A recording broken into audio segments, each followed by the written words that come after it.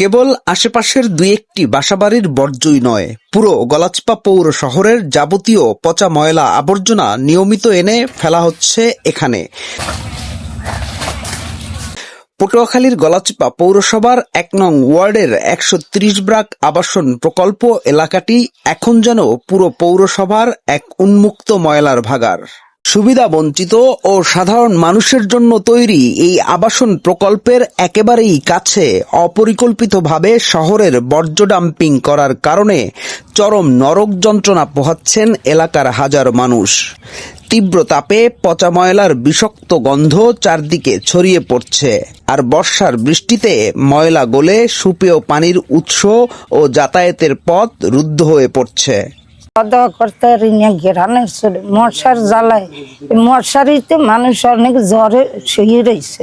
আমরা এখানে স্থানীয় যারা আছি, বাসা বাড়িতে গন্ধে টেকা যায় না, ঠিক আছে। আমরা আছি একটা নরকের মধ্যে। এই যে ময়লা দীর্ঘদিন তামাইতে ময়লাগুলো যে ফালাইতেছে, এগুলোর দুর্গন্ধে কোনো মানুষ এলাকায় বসবাস করার মতো কোনো কায়দা এবং কোনো পরিবেশ নাই।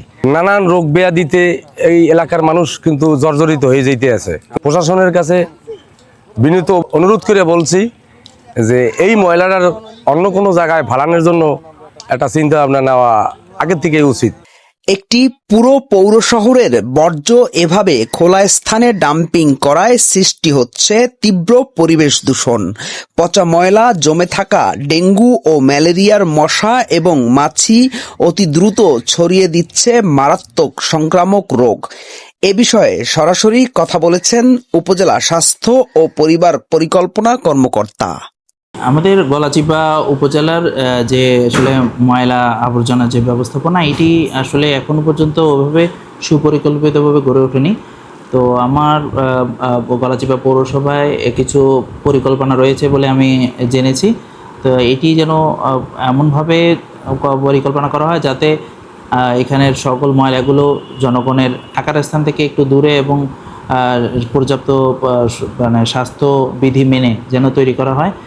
আর বর্তমানে যে স্থানগুলোতে ময়লাগুলো ফেলা হচ্ছে সেগুলো যেন প্রশাসন থেকে যথোপযুক্ত ব্যবস্থা নেয়, এখান থেকে যেন কোনোভাবে কোনো রোগ ছড়াতে না পারে, এটি আমি আশা রাখবো। এবং প্রত্যেকেই তার নিজ নিজ জায়গা থেকে যদি সচেতন হয়, আমার মনে হয় আমাদের এই গলাচিপা পৌরসভাতে আমাদের সবাই বিভিন্ন প্রকার পানিবাহিত এবং যে বায়ুবাহিত যেসব রোগগুলো আছে এগুলো থেকে আশা করি রক্ষা পেতে পারবে।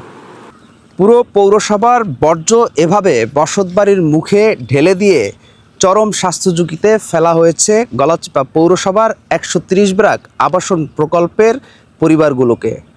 স্থানীয়দের দাবি একটাই, অবিলম্বে এই ময়লার ভাগাড় এখান থেকে সরিয়ে একটি নির্দিষ্ট ও পরিকল্পিত ডাম্পিং ইয়ার্ড গড়ে তোলা হোক। পটুয়াখালীর গলাচিপা থেকে মেহেদি হাসান নিয়ন, নগর বার্তা। এই যে পুরো পরিবেশটা এইটার মধ্যে এতটা দূষিত হয়ে গেছে যার ধারণার বাইরে। কোনো মানুষ এলাকায় থাকতে তো দূর কথা, রাস্তায় যেতে পারে না, বমি করে দেওয়া লাগে এমনি এমনি। এর সেই আর দুর্ঘটনা থাকতে পারি, এর সেই কি দুর্ভোগ থাকতে পারে মানুষের।